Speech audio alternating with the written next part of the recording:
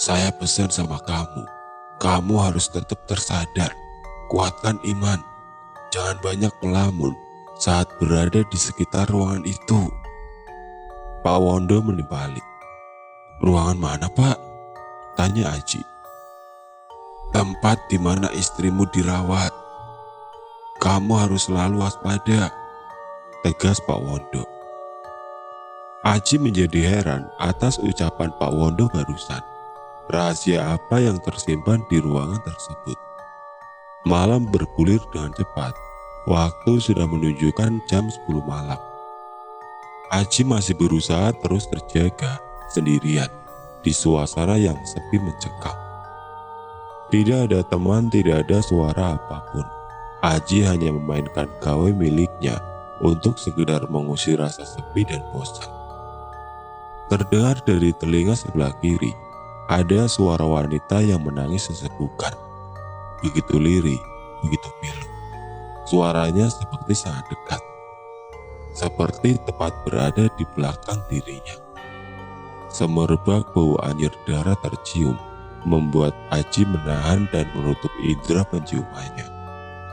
Aji merinding, bergidik sejadi-jadinya.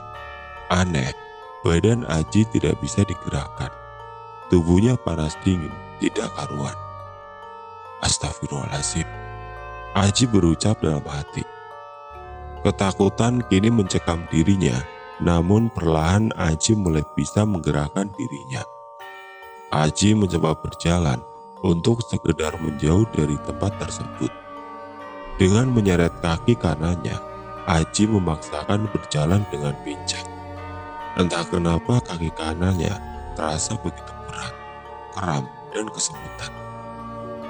Di depan mata, di samping kanan Aji, melihat ada suster yang berjaga malam yang sedang menuju ke arahnya. Namun aneh, suster tersebut justru berlari ketika melihat Aji berjalan dengan pincang. Mungkin dipikir Aji ini sosok hantu, sehingga membuat suster tersebut lari ketakutan. Ah, sialan, saya yang mau minta tolong, malah dia yang lari, gerutu Aji. Aji kembali berjalan menyeret kaki kanannya di tengah suasana yang sudah sangat sepi. Nah, itu ada orang, ucap Aji dalam hati. Tapi kok aneh, sosoknya tinggi, mungkin 2 meter lebih, memakai dress panjang berwarna putih, berjalan bergerak seperti orang gemeteran. Semakin lama semakin dekat, semakin terlihat wujudnya. Astagfirullah, Aji tercekat tidak mampu berkata-kata ketika melihat wujud sosok tersebut. Bagaimana tidak, sosok tersebut begitu tinggi dengan wajah yang penuh darah. Pipi kirinya berlubang, jari jemarinya kurus kering dengan berkuku hitam panjang. Sementara di bagian bawah perutnya, darah segar masih mengalir, merembes dengan deras menghampiri Aji. Blak! Aji pingsan, tidak sanggup menahan ketakutan dan kengerian. Dan setelah itu, dia tidak tahu apa yang terjadi selanjutnya. Pak Ilham selaku security melihat ada yang aneh. Siapa yang tiduran di tengah lorong begitu? Pikir Pak Ilham. Pak Ilham merasa ngeri sebenarnya, ada rasa takut dalam dirinya.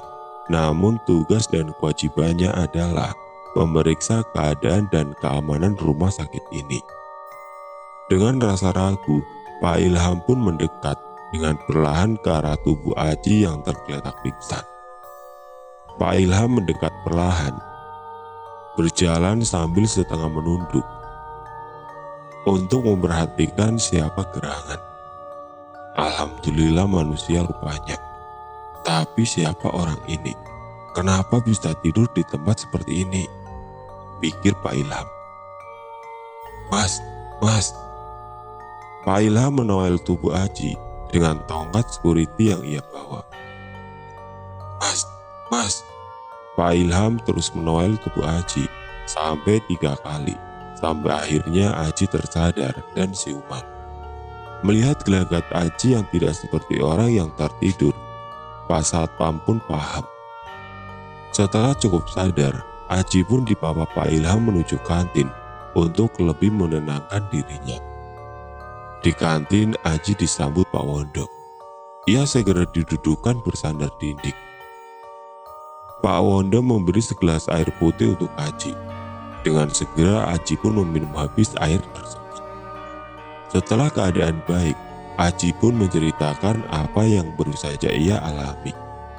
Mendengar cerita tersebut, Pak Wondo dan Pak Ilham justru tertawa. "Kalau saya malah sudah biasa, Mas," ucap Pak Ilham kepada Aji. "Itu sosok siapa sih, Pak?" tanya Aji. Pak Ilham tidak bisa menjawab, sementara Pak Wondo hanya tersenyum mendengar pertanyaan Aji. Sudah, Pak Wondo menengahi. "Saya bikinin kopi untuk kalian saja." "Tak gratis kok," ucap Pak Wondo. "Wah, ada gerangan apa ini?" tanya Pak Ilham. "Gak apa-apa, Ham. Nanti kamu tolong anterin Mas ini balik ke kamar istrinya ya," pinta Pak Wondo kepada Pak Ilham. "Siap, Pak." Skip langsung hari selanjutnya. Keadaan Desi sudah semakin membaik, begitupun anaknya. Aji sangat bersyukur, namun mengingat kejadian semalam, Aji menjadi ngeri, was-was, dan merasa takut. Namun Aji tidak punya pilihan lain. Istri dan anaknya adalah hal utama untuknya. Berusaha membuang sejauh mungkin segala ketakutan yang mulai menyudutkan keberaniannya. Namun masih ada beberapa hari lagi sampai semua ini berakhir.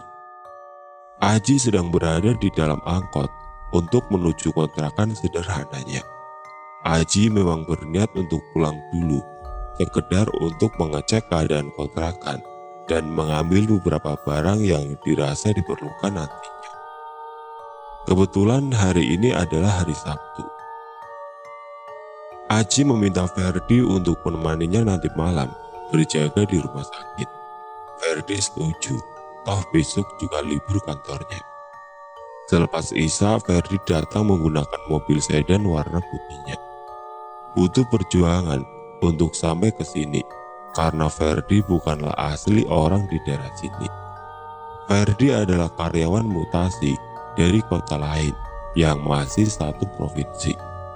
Ia baru dipindahkan selama beberapa bulan belakangan. "Ci, kamu di mana? Saya sudah ada di depan," Ferdi menelpon Aji. "Oh, ya, nanti saya ke situ," jawab Aji sambil menutup teleponnya. Aji bertemu dengan Ferdi di lobi depan, langsung mengajaknya masuk dan berjalan menuju ruangan di mana Desi dirawat. "Wah, rumah sakitnya antik ya, Ci. Kayak jadul banget ini," ucap Ferdi sambil berjalan.